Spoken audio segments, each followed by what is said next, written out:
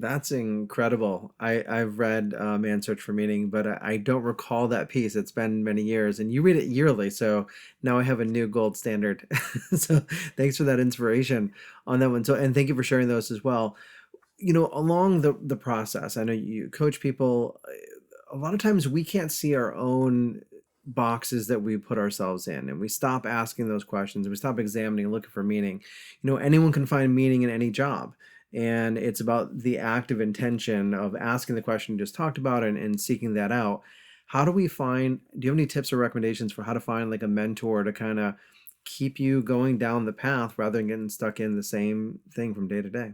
Oh, absolutely. I think mentors are so important, and they're also something that you don't have to officially label. I think that's one of the biggest misconceptions is like, I need to find the mentor with a capital M that's going to say, I am your mentor. And then we're all set. I really like and lean in Sheryl Sandberg's book where she has a whole chapter called Are You My Mentor? And she's like, don't ask people to be your mentor. Just start having really good conversations with them. You can build mentorship. And so I'm a big believer that we have different mentors in different phases of our life. Just because you're having great conversations now doesn't mean it's forever.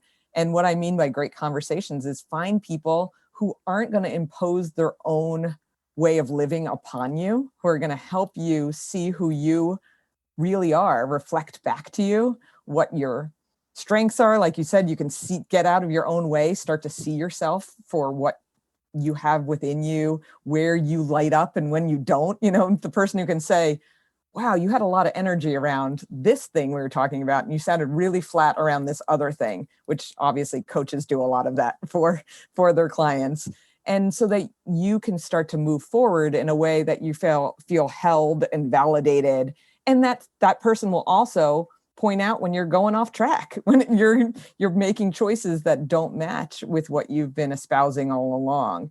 So I think mentors are all around us, the possibility of mentors. And I find a lot of my clients are looking for somebody who's going to be an official capacity mentor. And I'll say, what about this person that you talk about talking to all the time? Sounds like a mentor role. You've already got that person. So now keep that going.